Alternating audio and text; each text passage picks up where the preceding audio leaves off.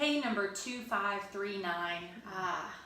Thank you so much for, confessing and being open and honest enough to talk about how you're having a hard time with impure thoughts and judging others and just not putting God first. And man, in weird ways, they're different, but at the same time, I feel like a lot of these are really connected in that.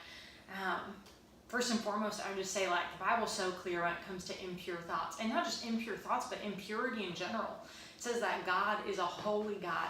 In Habakkuk, it says that God's so holy, he can't even look upon sin. He can't even look upon things that are wrong.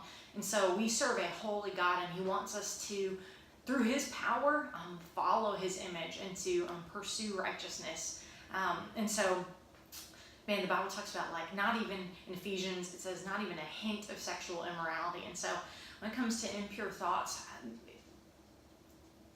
we got to cut them off. And I mean, it starts with setting yourself up for success multiple steps ahead of time. So I don't know what that might be, but if it's just seeing a guy in the hall that you think is cute, maybe your gaze is lingering a little too long. And it takes having a 2-second timer in your mind that you can't look beyond 2 seconds, that you immediately divert your attention and you don't let that gaze linger where it's going to lead to impure thoughts later in the day. Or maybe there's things that are pushing towards those thoughts, maybe things you're reading or things you're seeing online or somewhere like that. And that really ties into not putting God first, because ultimately a lot of those things are sin issues, but they're idolatry issues. And not putting God first too, whether that's just, with our time, that, man, I put school and sports and my friends and all these things first, and then God comes at the very bottom of the list. All of that's idolatry. And so the Bible is so harsh sounding, but really just strong when it says, hey, if there's something that's keeping you from the Lord, to cut it off.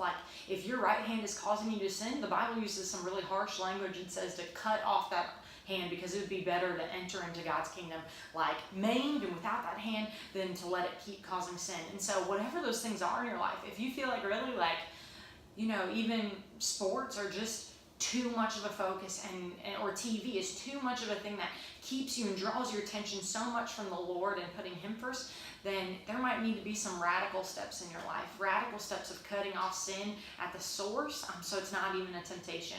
Same thing with the impure thoughts, just cutting it off at the source. And really that honestly too takes a lot of help. So we are here to talk at any point if you need help in that, but two, if you have even just friends that can come alongside you, or parents or family to come alongside you and help you set up those boundaries, that's going to be hugely beneficial. And last but not least, just, man, when it comes to judging others, ultimately when Jesus died on the cross, we do not deserve what he did on the cross, right? We are all sinners. And so even where we struggle, I feel like that always helps me when I have those judgmental tendencies starting to rise up. When I remember, whoa, what is my sin? And see my sin for what it really is, and the way that hurts God's heart, and where I need his grace and forgiveness, it helps shift my heart with compassion towards the people around me. And remember, man, I'm nowhere above or better than the person next to me, because I'm dealing with this, and guess what? I am not above needing God's grace in my life. I'm not above what Jesus did on the cross for me.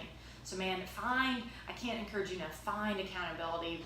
Be honest, to talk with some people so they can come alongside you and help you cut off sin at the source, and walk in the fullness of what Jesus did for you on the cross.